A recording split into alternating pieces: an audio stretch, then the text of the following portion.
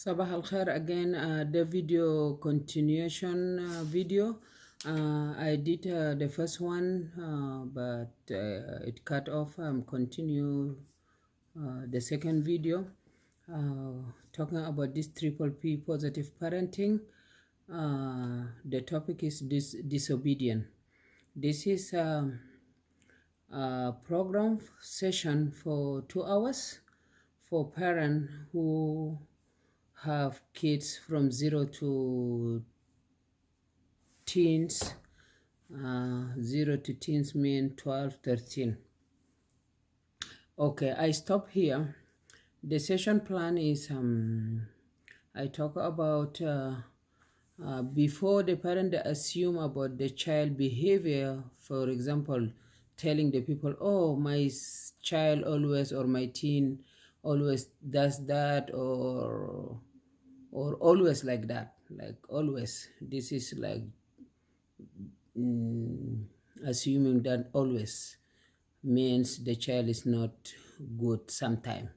We cannot say always, it's illogically, it is not right. We can say sometime, but because instead to assume this triple P, the person or the founder create this program, triple P positive parenting, Matt Sandra, he creates something called keep tracking the behavior. What does this mean? When the child behave, when, what time, mean, why, and then where, in the living room, in the bathroom, in the bedroom, in the public, on the public. This all the question you have to keep tracking.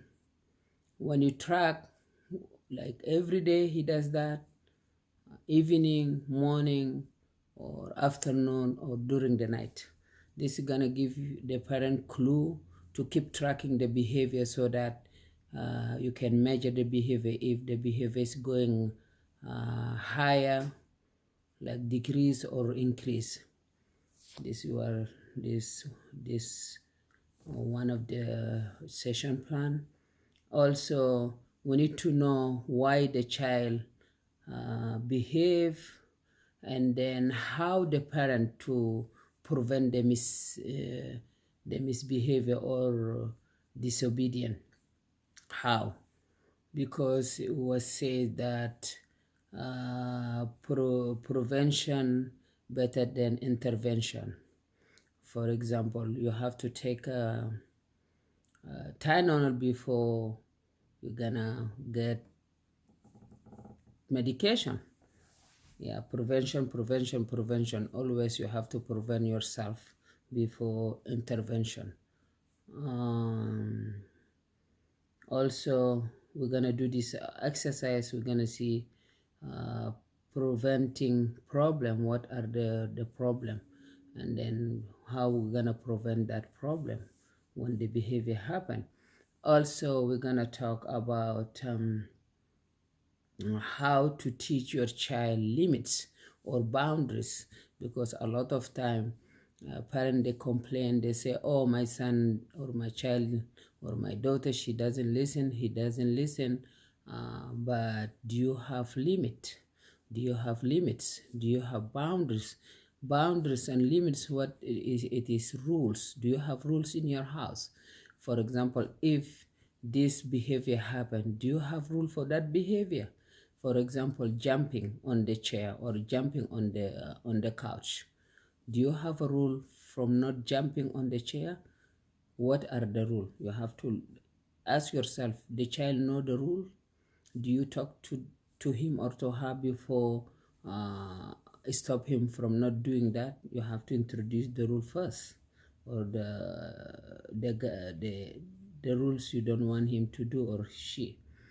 Also, we're gonna do exercise about giving clear instruction. Sometimes parents, they give their kids instruction without explaining or going step to step. They assume that the kids, they know the rule, they have to behave that way. But sometimes as a parent, we need to remind them. If they forget, maybe refer them. So what is the rule in this house? Remember yesterday we talked about that rule? Tell me about the rule of not jumping or not crossing the road or not yelling on your sister, on your son, on your brother. Those all of the rules we need to teach them before we assume that they know the rule. They know the rule, but every day our job as a parent, we have to review the rule. We have to remind them about the rule every day, every time. Also, we're gonna talk about this session about how to manage the disobedience. Managing disobedience as a parent, we have to manage it. This is our responsibility. If the behavior or the problem persists or continue, what can we do? Okay, let us see this. Next. Yeah, as I mentioned in the beginning of the video, the first video, we talk about in any group we have to have rules, basic rules, start and finish on time, listen to each other. In the group we have to listen to each other. Also, what does this mean? If somebody is speaking, the other person has to listen, no interruption. Also, one of the rules, personal information is confidential and stay within the group. What does this mean? When we talk about this group here, in this group, it has to be in the group. We cannot go outside telling people about so-and-so, the way he or she parent their kids, they look like they're bad parent. Parenting, it is not all of us, we don't born as be a good parent. We're all working to enhance our skill and to be better parent. Nobody's perfect. We all keep falling up and down. We try the skill. If didn't work, we can try the other one. Okay, next. We are going to listen to this DVD about disobedience. With disobedience. No. No? Come with me here. Mommy wants you to hop down. No. With my children, probably the tantrums when you ask her to do something. That's probably the biggest thing. And sort of the arguing back that comes with that. And letting them know that, you know, there's consequences to doing things that are wrong or being disobedient.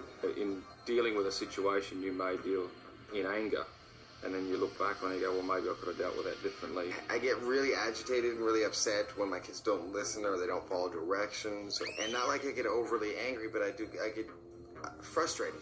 I just get frustrated, you know, with them not listening. So you want them to do something and you ask them several times and it still hasn't happened. That's what I find is difficult with disobedience. We find that they like to challenge us constantly and they use both of us to get their own way. What, you need to debate the rules? Yeah. No. Then the crowd. I want Young children are lots of fun and it's a wonderful time to be a parent. But as they grow and develop, they may not do as they've been told, sometimes with a big grin. They may start to resist their parents and test limits. Yeah, as we say, as you listen the video talking about the children disobedient, what problem have you faced? Ignoring an instruction, or diffuse or refuse out loud to do they are told, answering back, or doing the opposite of what you say. Maybe the parent would say something and then the child gonna do something totally opposite, or running away when you say to do something.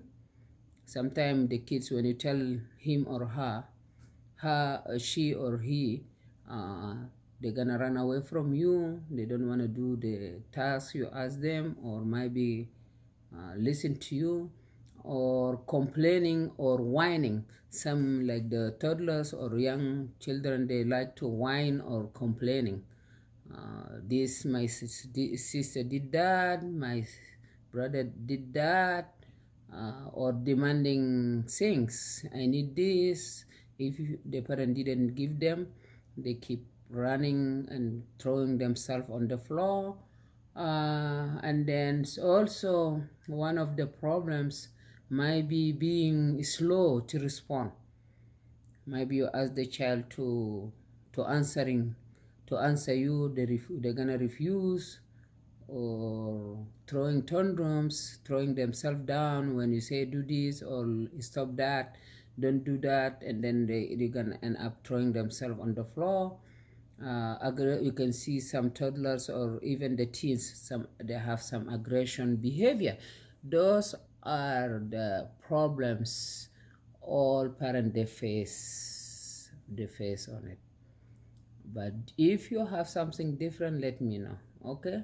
Or any in this group, everybody has different problem with their kids. You're more welcome. You can add it in the workbook or the parent book. Okay, let us move on.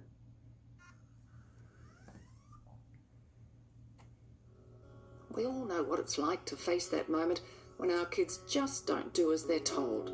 Let's take a look at some reasons why children are disobedient. You know, I think she just does this to annoy me. She's such a little brat, and I feel so disrespected when she disobeys me. I can't stand feeling like that, so I yell.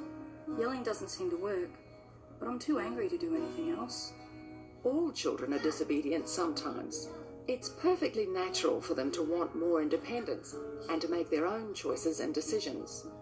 Children do need to learn limits and simple rules for their own safety, to get along with others, to cope with school, and to become responsible adults. They need to be able to follow instructions and requests. When parents have reasonable expectations and set fair limits, children are more likely to be cooperative and well-adjusted, and you will find parenting so much easier. Kids are more likely to disobey if disobedience gets them what they want, or it gets them out of doing something they don't want to do.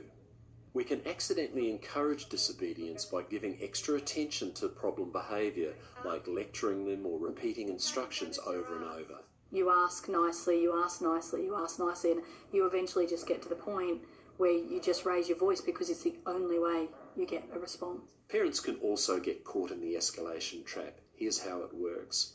A parent asks their children to turn off the television. Thomas, turn the TV off now, please. Thomas, I said turn the TV off and come to the table. And when the parent is well and truly angry, Thomas, turn the TV off now and come the to children the table. give in.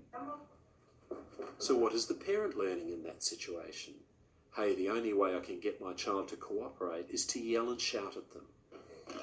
Children can learn to misbehave because parents don't pay enough attention to them when they're behaving well. Oh, at last he's playing by himself. I finally get a moment to read the paper. So a child can learn that the only way to get some attention or get a reaction is to misbehave.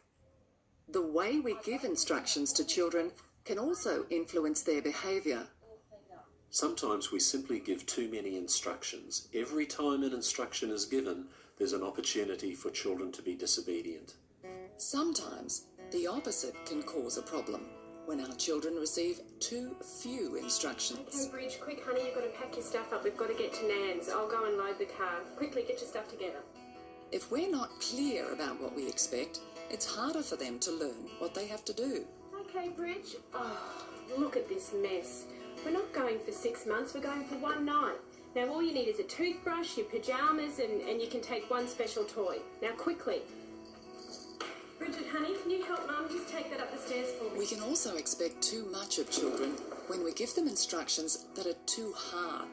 Another trap is when instructions are poorly timed. For example, during a favourite TV program or in the middle of a game, it's not the best time to ask them to do something that could actually wait until later.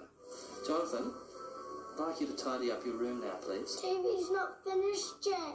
We can also be too vague. Oh, Ellie, don't be silly. Such a vague instruction doesn't tell the child what to stop doing, nor does it tell the child what's appropriate. There's a similar problem if we phrase an instruction as a question. For example, if you say, "Would you like to come and have a bath now, dear?" you need to be prepared for your child to say, "No thanks, Mum." Come on, Sophia, I've got to get going. Have you got your shoes on? Are you ready? I know it's not good when I shout instructions from another room or when I just let it go and not follow it through. Come on, Sophia, I've got to go. Sometimes their behaviour could be because they're just tired, hungry, or not feeling well. As you listen the DVD or the video, why kids or children misbehave or disobedient their parent, maybe too many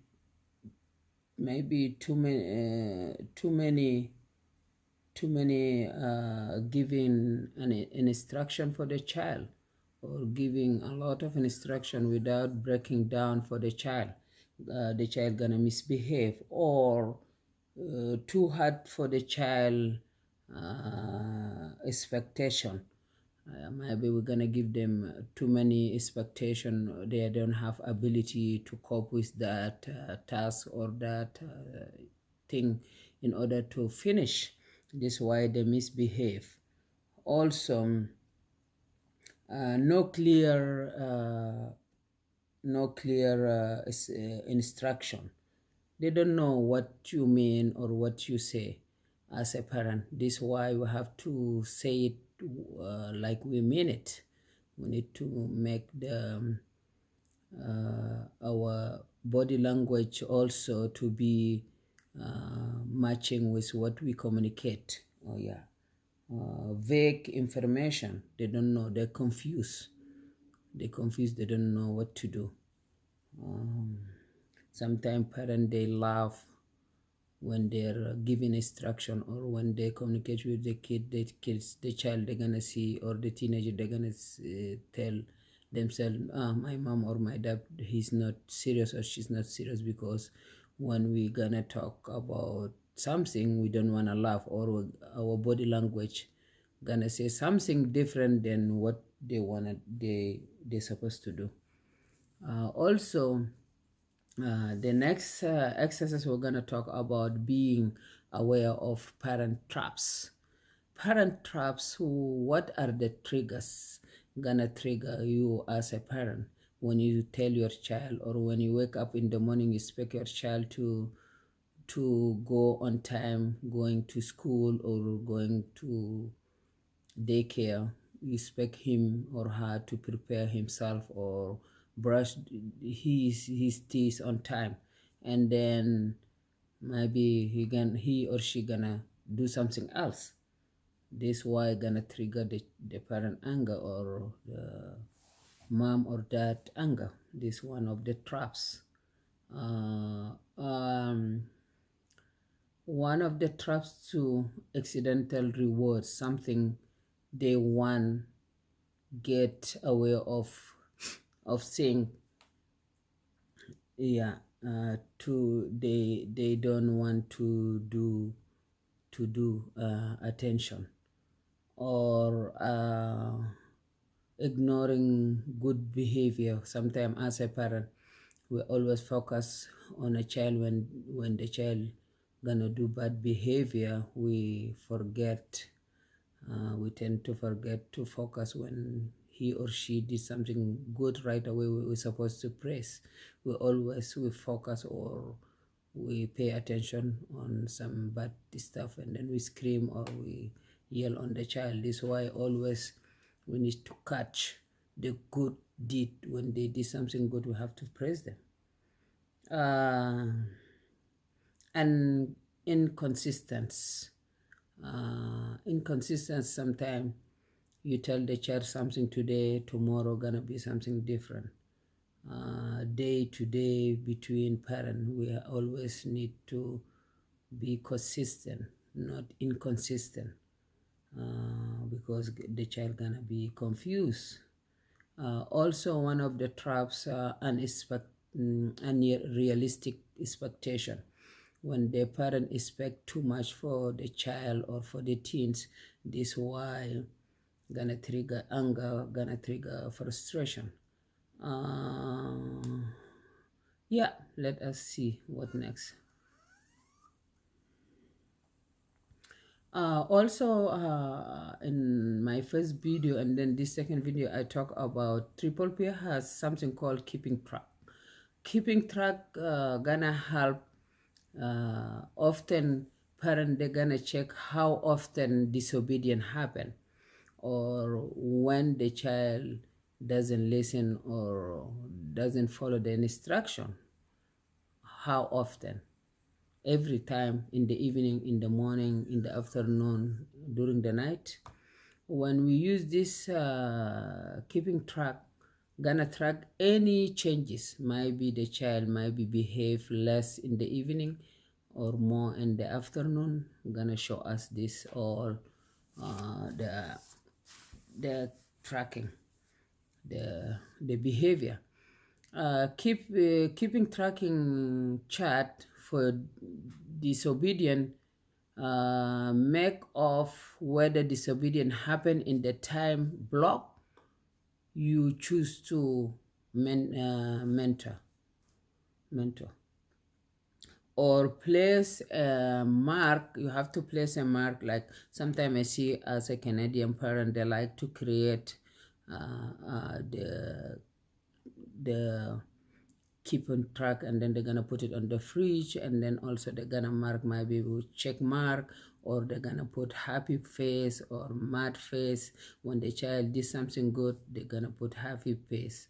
When the child, the teenager did something not good, mad face or angry face, so that in the end of the day, they're gonna keep tracking. They say how many happy face. You have to engage the child to do this. They're gonna choose to put the sticker, whether sticker or mark, any kind of keeping track. You can be agree between you and your child, and then also add up the number of the time block, and then of the disobedient. Each day is the bottom of the column. You can see if it is going up and or going down. This in scientific fact, gonna measure this. Say, oh, my child is less, or my teenager less behaving. He's not acting like before. He's less behaving. He's listening, or he's follow the rules. This by keeping tracking this behavior in keeping tracking chart. Okay. Once we're aware of what might contribute to our kids being disobedient, we can start to work at preventing problems. A great way to avoid some problems with young children is to make your home child safe, so you won't be saying no or don't touch all the time. Put precious or fragile things out of reach and close doors to areas that are unsafe for young children. Making temporary changes like these can sidestep a lot of problems. When children are busy and interested, there's less time for trouble. Toys and activities don't have to cost a lot. And when you go out, take some activities so there's something positive to do. It's also important to praise children for doing the right thing. Catch them being good and praise them. Smile or touch them and say what they're doing well. In particular, praise them if they do as they're told straight away. Like I say, and you of have course, to praise be them when you see sincere them and doing mean what you say. Follow the rules. Maybe clean up after Sophia, playing. Thank you very much for cleaning Organize up their room. So I found that it really works to get in quickly and tell her what I like about what she's doing. Yeah, how to prevent this disobedience, as I mentioned. What area of your home could you make safe?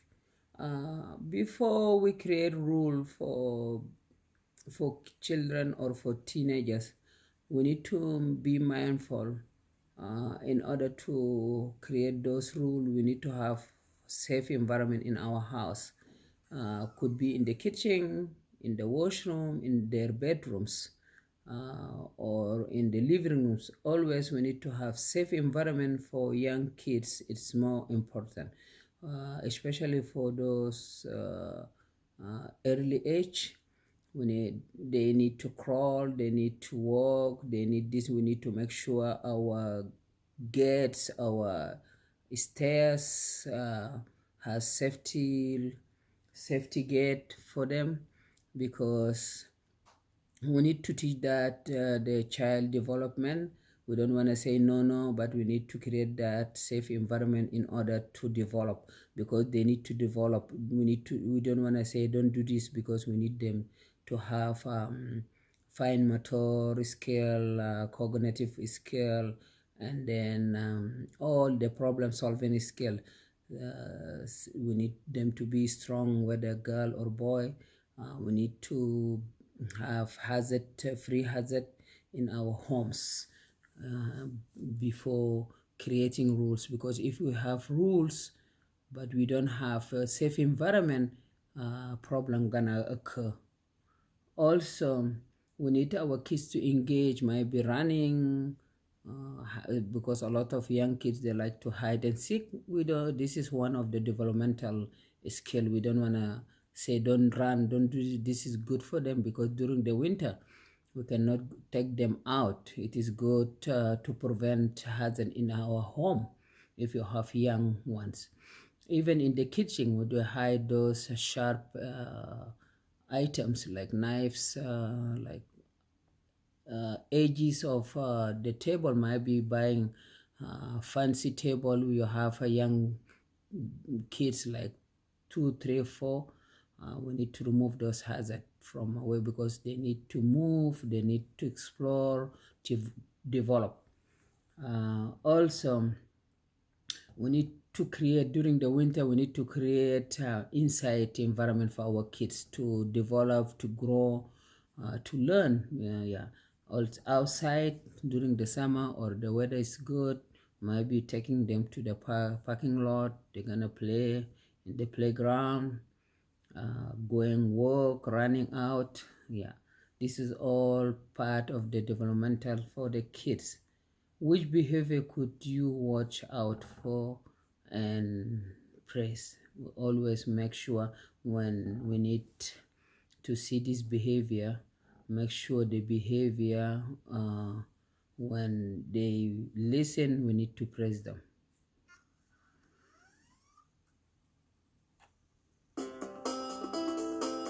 You can help reduce disobedience by how you give instructions to do something or to stop doing something. It's important to be clear and direct. William, it's time to put away your clothes now, darling. Please hop up and help me. Only give instructions that are necessary and that you're prepared to back up. And don't expect instant obedience. First of all, stop what you're doing, get close and get your child's attention. Say exactly what you want them to do. And it's time to clean up. Put the books in the bucket. If your child whines or complains, simply ignore it. Then praise them if they do as they're asked. What words could you say to get your child to clean up? I made sure that I got close, and I got her attention first. Then I said exactly what I wanted her to do. No shouting or threats, just kept cool. I get pretty tense by dinner time. I feel like the kids start acting up more then. I used to start yelling and get angry because I felt that they weren't respecting me. Now when I notice those feelings, I take a few deep breaths and I think I need to speak calmly to the kids even though I'm not feeling calm inside. Just noticing my feelings helps me get a little distance from them. And instead of losing it, I can do what I have to do. Give a clear, calm instruction and back it up. If you're telling them to start a new task, such as cleaning up before a new activity, repeat the instruction once if you need to. But if you tell your child to stop doing something, Sophia, you need to stop jumping on the couch. Couches are for sitting on, please. Come on. Don't repeat the instruction. Deal with disobedience right away. Okay, how to manage disobedience? or we have to give for the child clear calm instruction. First, you have to get close to the child or to the teenager within an arm, like this, within an arm. If your child this way, then the parent is supposed to sit on the chair to be in the child level in order to communicate well. And also get down to your child eye level. Like as I said, if your child this height, you need to talk to the child, communicate. Your parent need to sit on the chair, the eye level of the child, talk to child. It is not good the child here this way, and then the parent gonna be up, like you're gonna intimidate the child. This is not good communication. Also, get your child attention. Make sure eye to eye, let your child see your eye to eye, because I know we came from a culture, we don't wanna see eye to eye, but in North America here, when you communicate with Canadian, it is must eye to eye. This is a body language is more important, this, so that you're gonna teach the child to be honest, not hiding some stuff. Also, when you gonna give an instruction, you have to say call the child by name, or so and so, Mr. John, or Mr. Mary, Miss Mary, sorry, or so and so. You have to, like when somebody come to your house, you say so and so by name. Come. We cannot say come here. No, we cannot. So this is a poor communication. We're gonna say so and so, Bob. Can you come here, please? We need to be mindful. We have to respect our kids. We're gonna call them by name when we communicate with them. Get eye contact. Like I say, eye contact if possible. Use a calm voice. I don't want to say, why you say that? Why you did that? Calm. You can be firm, but calm. I know I don't have a beautiful voice, but sometimes I'm acting like that. Calm. And then you mean it. What you said, you mean it. And then also tell your child exactly what